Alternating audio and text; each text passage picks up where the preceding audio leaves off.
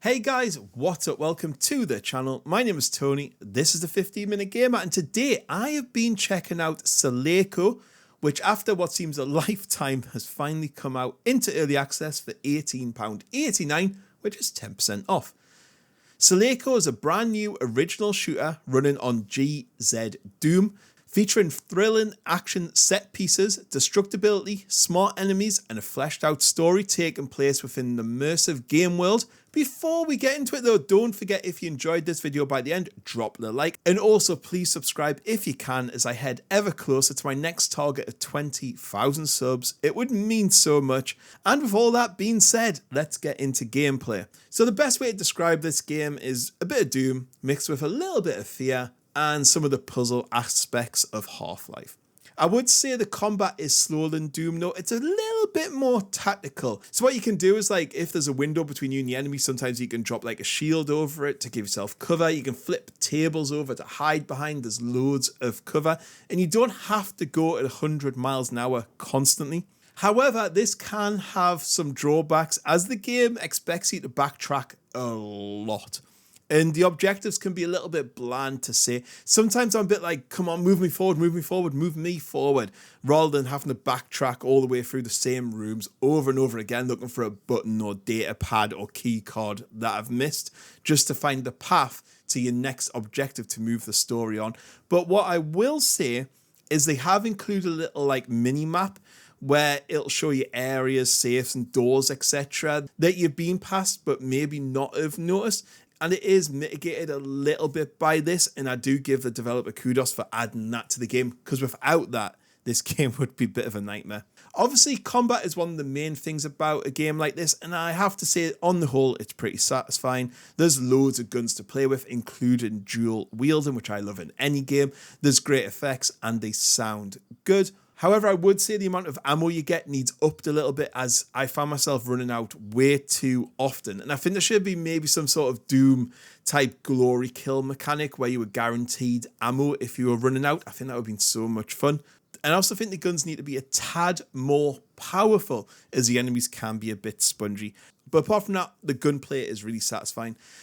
So talking of the enemies, the AI is pretty decent, to be fair. They will sneak up on you and they will pose a real challenge at times that can be quite difficult even on easy mode. But I would say there needs to be a few improvements here. Like, I would like to see them maybe a little bit less spongy. And also, I think they can see you a little bit too easily. I would like to see that backed a little bit so you could sneak around and take them out a bit better. There is a story throughout the game. This will take you around 5 to 7 hours to complete, depending on your pace, and if you're not getting lost like me constantly. I wouldn't say the ending is hugely satisfying, but there are going to be 2 new like story add-on things at the end, which I guess will probably about 2-3 hours long each, which will take the runtime to 12-14 hours and finish the story off, which is why I guess it's in early access, because this game doesn't need to be in early access. It's very solid as it is. There is also some added game modes too in there as well. You can like select hardcore or horde type mode, different starting ways, and I love it when developers do this because it gives the game more longevity. Also included in here is full modern support, so I think this game's gonna have a really cool community if it takes off and people start enjoying it. Moving on to graphics, sounds, bugs, and performance. The atmosphere and graphics are honestly so good.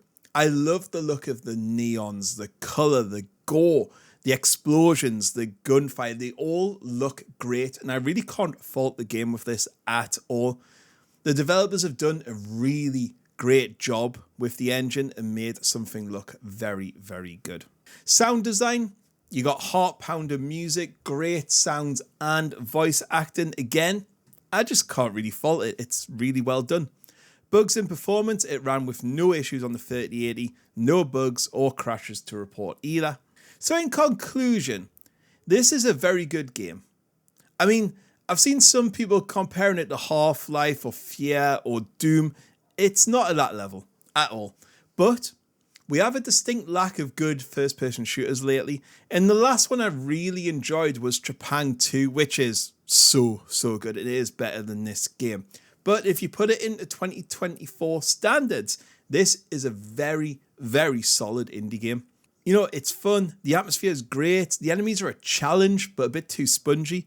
I think the basic grunts need to be more fun to blast away with lots of ammo.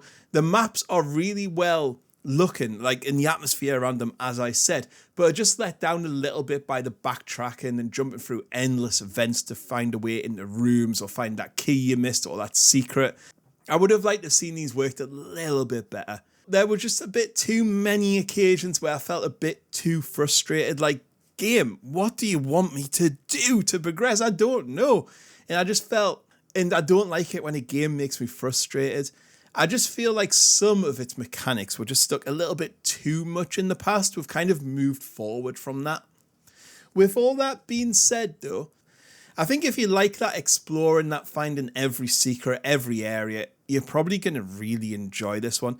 If you get a bit frustrated like me and are not a huge fan of going through the same areas and rooms over and over again, you may find your time like a bit more tied to how sick and frustrated you get.